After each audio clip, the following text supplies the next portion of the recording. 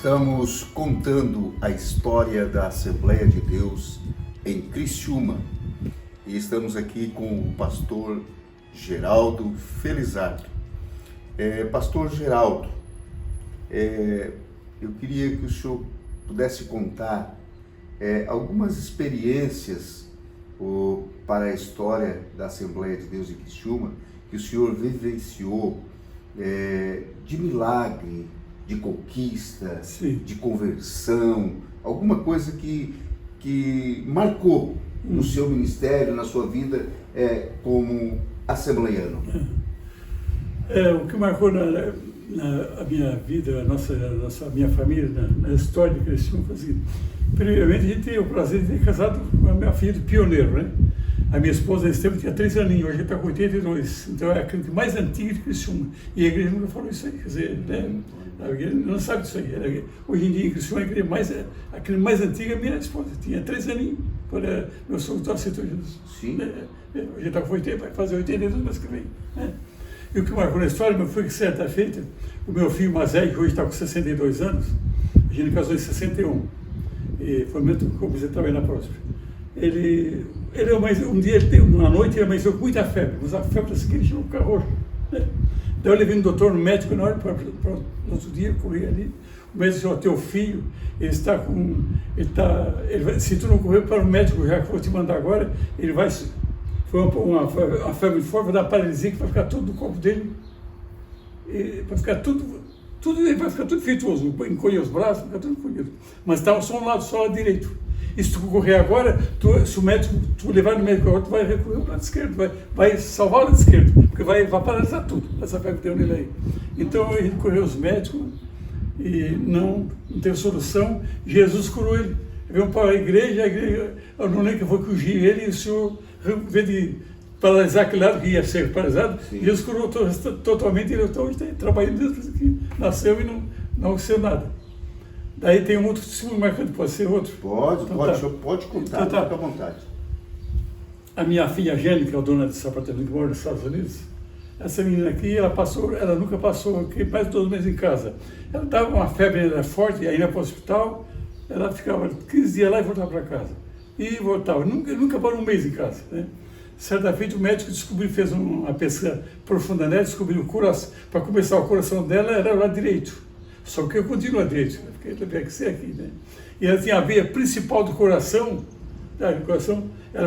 aquela frequência na decorrer para o hospital, que ela arrochava tudo, ficava tudo roxo. E a cabeça dela segurava assim, eu tinha a cabeça para levar para o hospital, levar assim, ela não aguentava a cabeça dela, né? E eu falei, caraca, esse meu, tu quer que eu faça com esse menino? Ficou desesperado, que não entendia, né? Porque estava acontecendo isso, né? E o médico disse assim, o médico deu, doutor, mas eu vou perder minha filha. Então, ele está com 2 aninhos, não tem ninguém 2 anos. Minha filha, não adianta correr. Isso é um negócio, não tem recurso. Quando é isso, amigo? Tu é novo, você pode ter macio, tá? Mas, doutor, se levar para São Paulo, a medicina não é mais adiantada lá, você vai lá. Pô, se quiser levar, eu te mando para lá, mas sem, eu não vou fazer nada por ti. Tu vai gastar a tua passagem. Então, na época, eu nem tinha dinheiro para passar. Eu sei que eu recorri aqui na época, que eu agradecer a Deus pela vida dele, né, que já morreu. O senhor Dionísio Freitas, que era um grande empresário de Criciúma, que tinha cerâmica e tudo aí. Daí falei para ele, doutor, estou com uma filha aí, tenho que ir para São Paulo, e o médico tem que ser de avião.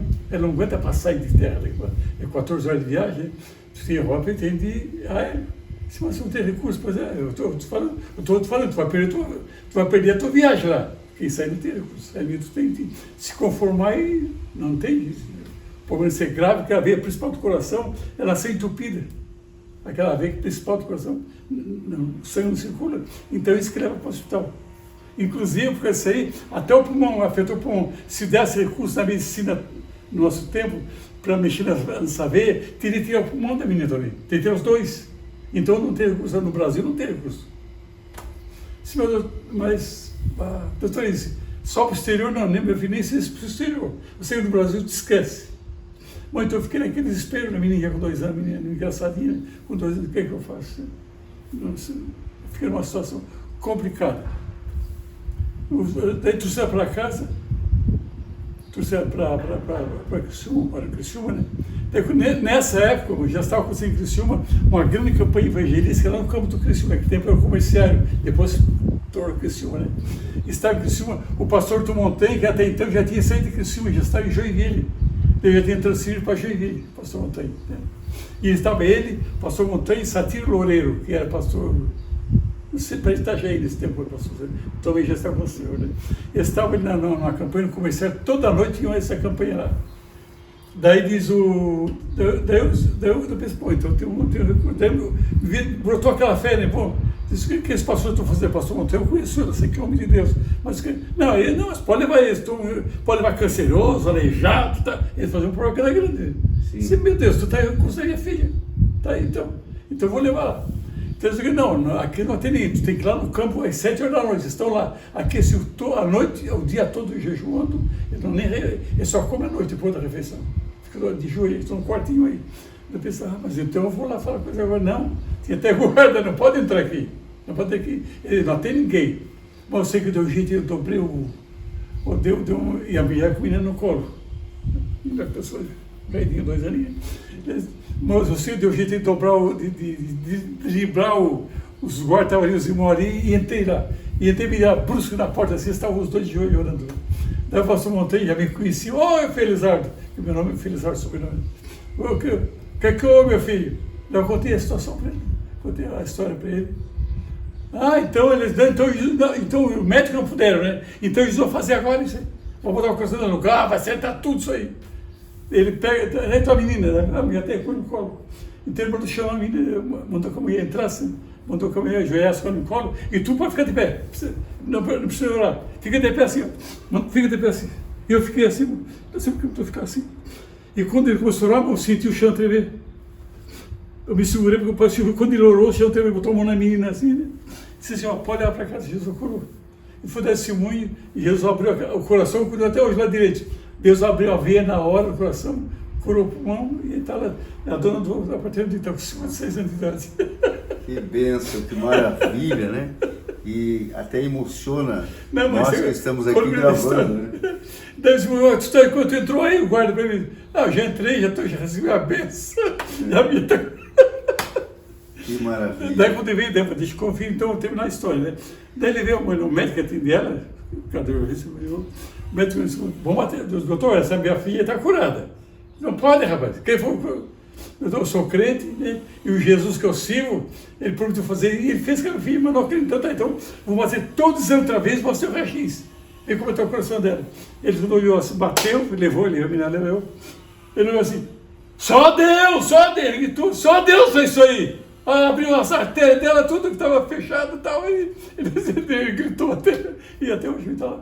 Ia morrer com 2 anos, estava com 56 anos no apartamento dela, marido. Que maravilha, que bênção de Deus, né? O que Deus faz, né? Ele não mudou, ele continua sendo o mesmo Deus de poder.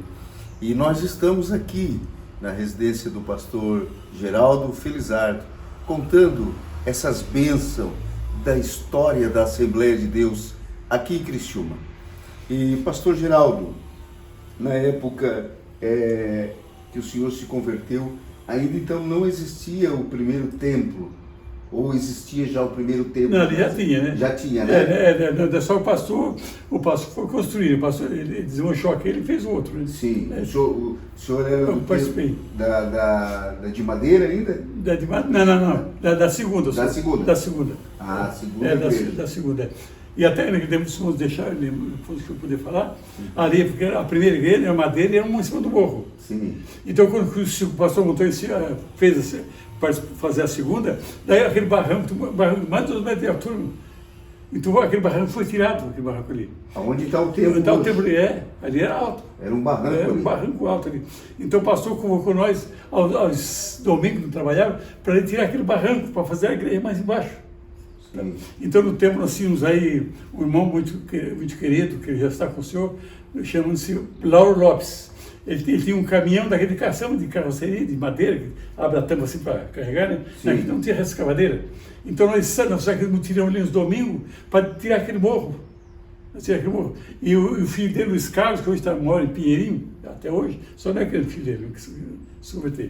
Ele tinha um caminhão, então o Luiz Carlos deu o caminhão para mim e o Molar Rock levava outro. Então nós enchíamos aquele, nós vamos tirar aqueles barrancos, o pastor fez assim um mutirão de pessoas que já estavam aos domingos para eliminar aquele barranco. Então vamos tirar com uma picareta e nós enchíamos, eu e o rapaz, eu dirigia um caminhão daquele, nós dirigia um caminhão um e outro dirigia outro. Eu já carregava o caminhão e descarregava até longe, lá para da Boa Vista. Era carregada a pá e descarregada a pá, não tinha caçamba. E era tirado aquele barranco na picareta. Mas a sorte, o barranco era mole. Tinha uma pedra no meio, mas não metia pá, sempre desembulhava. Era fácil tirar. Olha só. Que bênção, que maravilha, né? A gente vai ouvindo essas coisas boas da história da Assembleia de Deus aqui nessa cidade abençoada que é a cidade de Criciúma. Então, na época, tinha a sede, tinha mais algumas congregações, o senhor lembra? Eu sei que tinha um ainda, depois que tinha já na Boa Vista, ou na próxima não tinha, né? Porque nós estávamos na próxima, todos crentes, não enxergavam das pessoas. Nós íamos até pelo trilho, que ainda que a avenida era o trilho, né? Nós íamos tudo dentro ali cantando e voltava para ir na igreja na sede.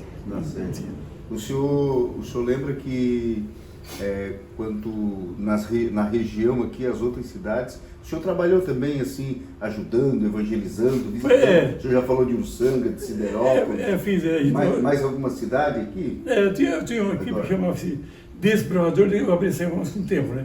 Desbravador de Cristo. Então nós íamos assim, onde o Evangelho não chegou, né? Onde o Evangelho nós tínhamos uma equipe, nós íamos 6, 8, tinha 8 pessoas, todo domingo saiu evangelizar. Ali naquele lugar no interior de Ursanga, ali de Orleans, nós pegávamos até coisa que não se pode fazer, mas nós arriscava. Né? Nós íamos pegar o ônibus em Ursanga, lá em Orleans, ia para determinados lugares, que o ônibus só ia e não voltava, porque só ia um ônibus, só tinha um ônibus, quando chegava lá às 6. Então nós íamos evangelizar o povo lá e depois ia pedir uma pousada para alguém. Depois pedia a pousada. Pediu a pousada. Daí a sorte é que não, apesar de dizer que nós identificávamos que era o crente, mas eles não eram assim, contagiando. Não, tudo bem, não quero uma religião de vocês, mas não deu uma pousada, nós dormíamos ali, né? E se não desse, nós íamos dormir na rua, porque o ônibus só tinha no outro dia de manhã. O ônibus ia à noite e voltava só no outro dia de manhã. Só dia de manhã, né? O ônibus até o motorista morava lá, né? Sim. Olha, aquele tempo era tudo com muita dificuldade, né? E ali, ele abriu o que outra.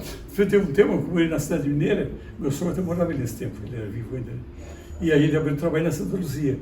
E aí não tinha aquelas casas ali, mas nos anos 70, ele não tinha aquelas casas ainda. Então nós fazíamos um culto lá de uma irmã, lá chamava-se Fernando, nós chamávamos de Fernandinho, tinha já umas casas ali, e daí passou assim, o irmão Fernandinho. O nosso dirigente na época, o pastor Benoni Cardoso, naquela época. Ele é o presbítero da cidade mineira, e ele queria abrir um culto lá, um trabalho lá. Então só tinha esse crente lá. Daí nós falamos com o irmão Fernandinho, nós queríamos fazer um culto aqui, abrir um trabalho em Santa Luzia, porque quando tem crente, só tem o irmão aqui, não tem ninguém, uma família, não podemos fazer o culto na sua casa. Você pode fazer, o povo que é muito rebelde, muito contra, né? Mas se quiser fazer, eu não garanto nada, só dou a casa para vocês fazerem. Então, e ali próximo da casa do irmão Fernandinho, mais uns 70 metros, tinha uma cancha de bocha. O pessoal vinha jogar bola ali, beber ali. Então, quando eu ia fazer o culto, nós fomos usar a pedrada. A pedra vinha de toda a pedra assim. Então, nós íamos com criança, meus filhos, crianças pequenas ali. Mas só Deus foi tão bom que a pedra vinha, a pedra estava em cima e vinha, não alcançava. Caía lá, caía aqui, mas nós sempre nos defendemos, nunca foi um machucado.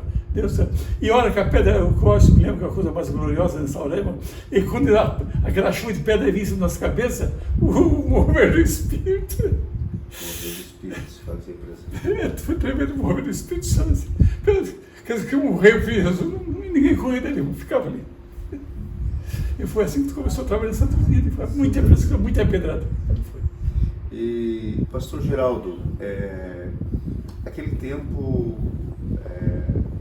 era mais intenso a parte de oração, muito. De consagração, muita oração, de jejum, vigílias. Muito. Se via Deus, é difícil o culto, não tinha mais com o Espírito Santo, o mover do Espírito Santo é mais contínuo, né? Também, outra coisa, havia mais temor de Deus, né? O pessoal era mais zeloso, né? Convidasse para oração, todo mundo queria ir para oração, né? Eu, no meu tempo, o vigília hoje em dia é pouco. E o vigília naquele meu tempo, eles começavam a orar às 10 horas e só vinha no dia que tinha sol, já, como se fosse saindo. Porque a noite toda na presença de Deus, orando. Então, para mim, houve um pouco de diferença, né? Sim. Então, Deus estava e a gente estava sempre animado para enfrentar a batalha. Né? E naquele tempo, e a escola dominical? Começo, o senhor lembra do começo da escola dominical? Bem no começo, porque eu fui de 61, não é? Mas já tinha escola dominical. Já tinha escola dominical. Tinha escola dominical. Um dos grandes professores a quem fiquei devendo muito para ele, assim, os favores, foi o Moradário da Silveira. Esse homem é muito dedicado, não tem igreja de Criciúma, que é difícil que ele não botou a mão, que ele é pedreiro, ele é carpinteiro bom, ele pedia muita mão de obra dele. Então, os sábados que ele não trabalhava, ele se dedicava só a fazer a obra de Deus sem cobrar. Não, você vai para a igreja, vou fazer de graça. Então, muitas vezes eu era ajudante dele, fazer a igreja, mas eu fazia a igreja da sede, muita coisa da próxima, muitas coisas eu ajudava ele. Mas já vou comigo, vamos, eu vou ajudar. Então, fazia tudo por amor, era uma bênção. Moradário da Silveira, que deixou o Marco que me ajudou muito, que era um grande professor de Bíblia também, ele é muito profundo. Eu conheci o pastor Ladário, um homem muito profundo. Muito delicado, muito humilde também, né? Muito humilde. A irmã Ivone até hoje viu ainda. Né? Sim, esposa. E nós estamos aqui contando a história da Assembleia de Deus em Criciúma, que está completando 85 anos. E será lançado um livro que vai contar a história destes homens, dos pioneiros, daqueles que fizeram parte desse momento importante, desse período de 85 anos da Assembleia de Deus aqui nesta cidade, a Assembleia de Deus que mais conhecida em Criciúma como a Igreja do Relógio, que está na rua Duque de Caxias, número 9, bem próximo ao terminal e de frente ali da Praça Maria da Silva Rodrigues, que leva o nome da primeira crente na Assembleia de Deus aqui nesta cidade. Então, nós estamos aqui com o pastor Geraldo. Pastor Geraldo, nós vamos encerrar a nossa entrevista aqui com o pastor, mas queremos deixar o senhor à vontade, dar suas considerações, fazer os seus agradecimentos, e o senhor fica à vontade. Se tiver mais alguma coisa para contar, para falar da história, fique à vontade. Se eu tenho que contar mais alguma coisa, pouquinho coisa, tem espaço aí. Sim, tá? Pode. No tempo do pastor Nilton dos Santos, que foi também um grande homem de Deus aqui na Criciúma, né? Que abriu muito trabalho e foi muito ativo, né? Para o trabalho crescesse também em Criciúma. E certa feita ele estava numa reunião, nós estávamos na reunião de auxiliares, e disse: irmãos, é o seguinte, a gente, todos os lugares que pertencem, lá no Mineiro, nós, todos os municípios próximos pertencem a Criciúma. E uma coisa que me pesa no coração ali, Uruçanga, ali, Nova Veneza, não tinha crente.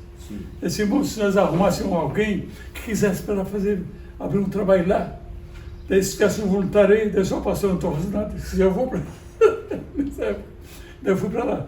Senhor Geraldo, a igreja não tem o costume de dar salário, que vamos fazer contigo, se tu aceitar, nós pagamos aluguel lá para ti. Tu vai para lá, tu trabalha? Eu falei: não, trabalho, eu estou aposentado já. Então, tu quer ir para lá, então tu vai lá arrumar uma casinha, não é muito caro, sabe, não podemos pagar, né? Casinha assim, meio perto do centro da cidade, e tu vai, então nós vamos pagar o aluguel. Tudo bem, mas esse pastor Nilton, mas com uma condição, né?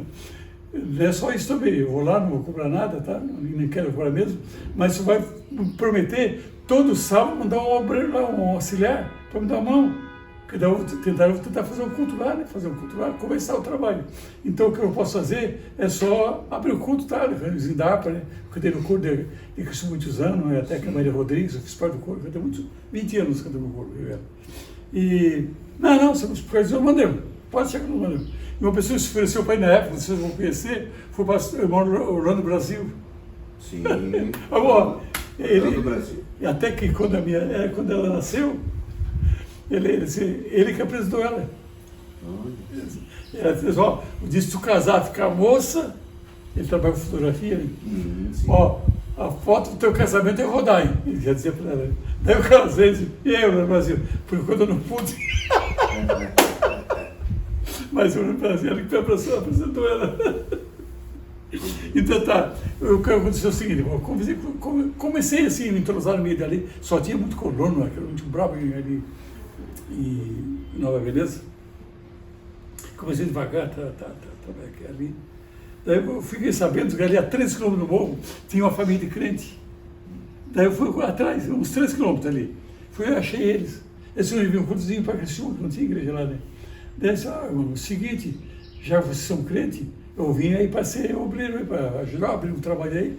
Você não quer descer, vem tirar para Criciúma, vão ali, então vamos fazer um culto ali, tá? Então vamos ficar ali, então vamos fazer um culto, tá? E eu esperava esse obreiro para ajudar, que vinha para cantar, queria chegar lá às 6 horas da tarde, ele nunca foi. Nunca apareceu. Então eu tinha que fazer pirâmide, eu tinha que cantar, pregar, fazer tudo meu, né? Sem a pessoa, até hoje, eu sou uma pessoa capacitada para isso, eu sinto que eu sou. Mas é para eu abrir trabalho, né? E daí, contar algum ali e tal, uns crianças no Rio, muito italiano naquela época, não sei se hoje, tinha muito italiano ali. Então então daí os irmãos não iam, tá? E os irmãos lá, aqueles irmãos lá, que tinha lá 3 quilômetros dali, o nome dele é Emílio Vieira, dele, eles desciam. Daí eles vinham lá da colônia, desciam para vir na Veneza, participar do culto, e era uma família, estava junto para dar uma força para mim, né? Eu e minha esposa, estava ali. E daí, eu disse, olha, vamos fazer o culto ali. Eu pensei, mas eu fiz uma coisa boa ali depois. Começou a se converter uma pessoa, começou a chegar uns pretinhos ali, um latinho ali. E começou a vir para a igreja e começou a se converter. Veio 1, veio 2, veio 3, veio 4. Chegou tinha uns 5, 6 já, crentes da igreja. E então ali começou um culto, não, beleza. Então nós somos pioneiros, não tinha crente. Né? Eles desistiram lá, então dava uma força para nós. Então vou dar uma palavra ao nosso Simão e dizer alguma coisa. Falei, então, onde for eu vou trabalhar, mas sou Antônio Guerra, mas não foi nunca nenhum lá. Me ajudar a fazer um culto no sábado. Então eu tirei tudo pela frente. Mas então foi Deus abençoou, começou a salvar muitas almas. E chegou um tempo que eu disse, tá não, então eu saí dele aqui, para a cooperação não está vindo. Eu não sou aquela pessoa capacitada, que até hoje não me sinto sou nada. Se Deus não me deu, não sou nada. Né? Então, daí eu saí, daí o pastor deu prosseguimento, começou a subir algum crente lá, com fruto daquele trabalho, e daí começou a trabalhar. Então nós somos o pioneiro lá. Olha, nós somos o pioneiro, na Nova Veneza. Que bênção. Isso marca a história da Assembleia de Deus em Criciúma, né? Que atendia toda a região. Tem toda a região, Lauro Miller, né? Uruçanga, Guatá, tudo é. As cidades aqui da região. Tudo é. Forquilhinha, tudo é parte de Criciúma, né? Cabeça. Içara, mineração, a praia. Então, pastor Geraldo, nós queremos agradecer ao senhor pelo carinho, pela atenção, e tu não ter nos recebido aqui. Está eu aqui, o pastor Marcos Floriano, o presbítero Anderson, que está cuidando aqui da parte da gravação. E nós estamos visitando vários pastores, os pioneiros, aqueles ainda que estão vivos. Nós estamos aí entrevistando para contar a história. Isso é importante, que vai ficar registrado a história de homens que nem o senhor, que foi um guerreiro, um lutador, um batalhador, mas com a família, que lutaram, desbravaram aqui em Criciúma, na região, atendendo Nova Veneza, desde Nova Veneza até Uruçanga, assim, toda a região que passou as dificuldades, as lutas, os intempéries, as perseguições, pedras, mas marcou a história, e a gente sabe que o galardão naquele dia vai ser muito grande, vai ser muito compensado o senhor e a família pelo trabalho e a dedicação pela obra de Deus. Hoje estamos aqui e a Igreja Assembleia de Deus com praticamente quase 15 mil membros e 70 igrejas espalhadas só na cidade, e nós agradecemos e demos honra ao Senhor e a tantos que no começo começaram a desbravar, tocar, como diz o pessoal da Serra, muita perseguição, perseguidos, mas fizeram que a Assembleia de Deus chegasse aonde chegou. Então nós somos agradecidos ao Senhor, muito obrigado pelo seu carinho, pela sua atenção aqui. Vai ser publicado parte da história no livro, e também essas imagens vai ser também publicada no nosso canal, que vai ser preparado um canal no YouTube para todas as pessoas assistirem essa nossa entrevista. Tá bom. Certo? Então, que Deus abençoe a sua vida, a sua família, o seu lar, e que lhe dê muita saúde para você e para o senhor e a esposa ainda, enquanto estiverem aí conosco. Porque eu sei os planos que tenho para vocês, diz o Senhor. São planos de bem e não de mal, para lhes dar o futuro pelo qual anseiam. Jeremias 29:11.